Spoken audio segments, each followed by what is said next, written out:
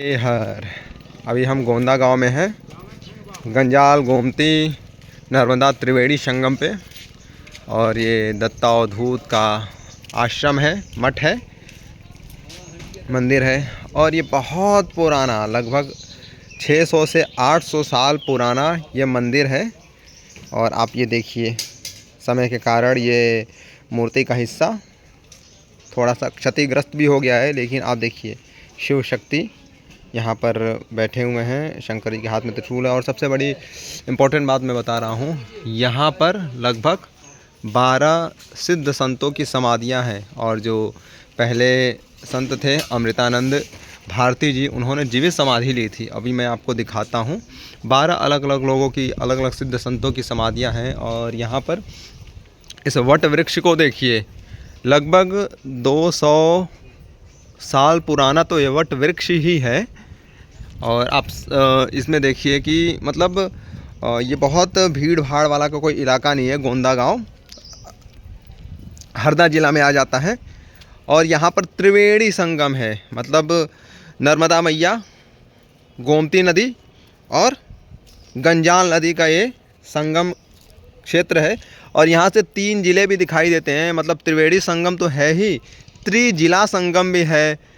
नदी उस पार आपका नर्मदापुरम लगता है, नदी इस पार हरदा लगता है, और तीसरे साइड वो सीहोर जिला लगता है।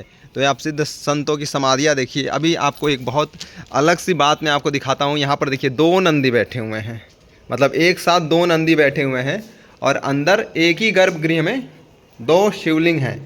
ये मैं बताता हूँ क्यों है, क्योंकि यहाँ पर 2 लोगों की समाधियाँ एक साथ बनी हुई हैं और समाधियों के ऊपर ही शिवलिंग का निर्माण कर दिया जाता है। तो इसीलिए यहाँ पर 2 नंदी और 2 शिवलिंग हैं। तो बड़ी ही अच्छी ऊर्जा यहाँ की आपको महसूस हो रही है, महसूस होगी जब आप कभी आएंगे। मैं अभी और भी सिद्ध संतों की समाधियाँ हैं, लेकिन उससे पहले मैं सुजीत भैया से पूछूंगा कि यहाँ की ऊर्जा कैसी है। बहुत अच्छी ऊर्जा यहाँ की दिख रही है, एकदम प्रत्यक्ष देखने पर ही बताया जा सकता है, वैसे मुँह से बताया नहीं जा सकता। आप डिजिटली देखेंगे तो हो सकता है आपको न महसूस हो, लेकिन जो लोग यहाँ आएंगे देखेंगे वो लोग ही महसूस करेंगे। बहुत अच्छी यहाँ की ऊर्जा है। तो बाकी और भी समाधियाँ मैं आपको दिखाता हूँ।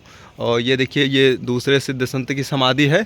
और ये जो मुख्य समाधि है, ये मुख्य समाधि है अमृतानंद भारती जी की। और यहाँ पर एक बाबा जी बैठे हुए हनुमान जी के सामने अपना ध्यान का अभ्यास कर रहे हैं। तो ये मुख्य समाधि अमृतानंद भारती जी की है, जिन्होंने 600 वर्ष पूर्व जीवित समाधि ली थी। मतलब जीवित रूप में उन्होंने समाधि ले ली। और ये मुख्य समाधि स्थल है। मैं उनकी समाधि का भी दर्शन आपको करवा देता हूँ। ये भगवान भैरव की एक प्रतिमा है। तो ये जीवित समाधि है और उनके ऊपर ये शिवलिंग की स्थापना की गई है। साथ में उनका जो शिवलिंग के बगल में त्रिशूल की भी स्थापना कर दी गई है।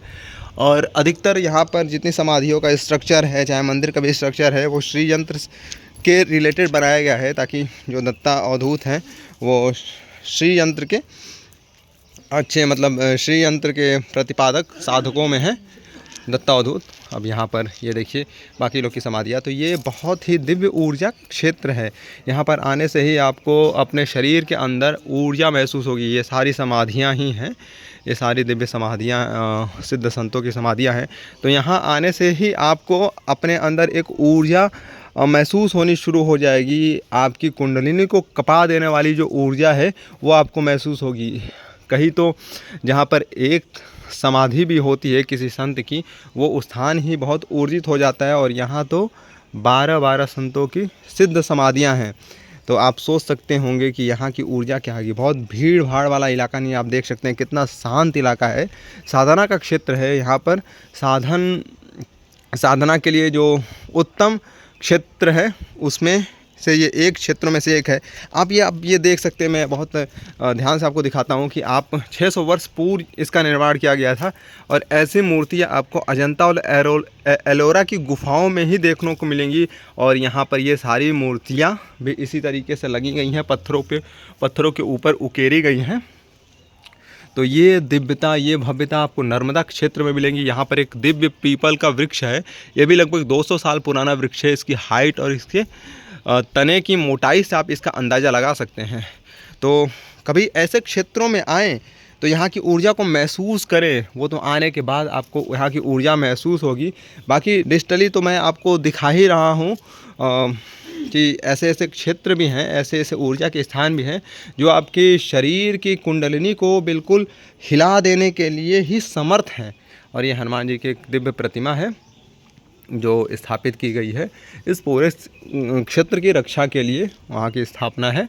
और बाकी ये सभी बिल्कुल दिव्य समाधियाँ हैं और यहाँ पर बैठने से ही जो हमारे अंदर ऊर्जा का प्रभाव आ रहा है, आँख बंद करने से ही जो ऊर्जा का प्रभाव आ रहा है, क्यों सुजीत भैया, जी।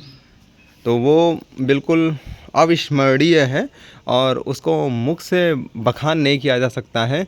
वो एक यहाँ पर जो सिद्ध साधक लोग हुए हैं, ये लोग आकर के यहाँ तपस्या भी किए हुए हैं, जैसे देवराह बाबा हो गए अपने उधर के, और इसके बाद तोतापुरी जी महाराज हो गए, धनंजय दास जी हो गए, सब लोग यहाँ पर आके तपस्या किए हैं।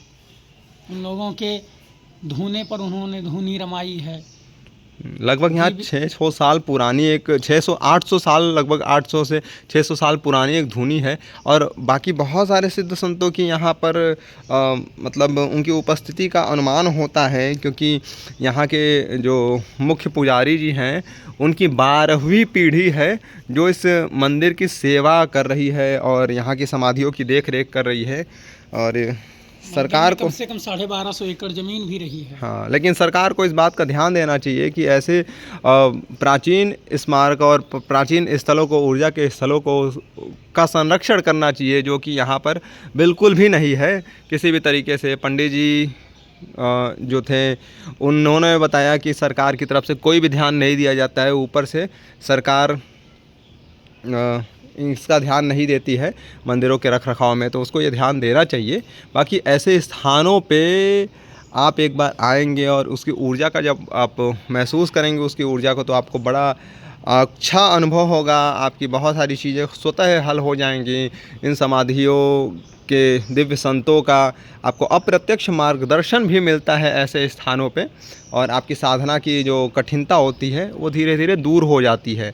तो ऐसे स्थानों को आप देखें और वीडियो पूरा देखें ताकि ऐसी ज्ञान की बातों का आपको पता चले और ऐसे स्थानों के आपको दर्शन होता रहे। तो ऐसे दिव्य स्थान हैं नर्मदा खंड में। तो ऐसे हमारे साथ बने रहिए, वीडियो पूरा देखिए और तब तक के लिए नर्मदे हर।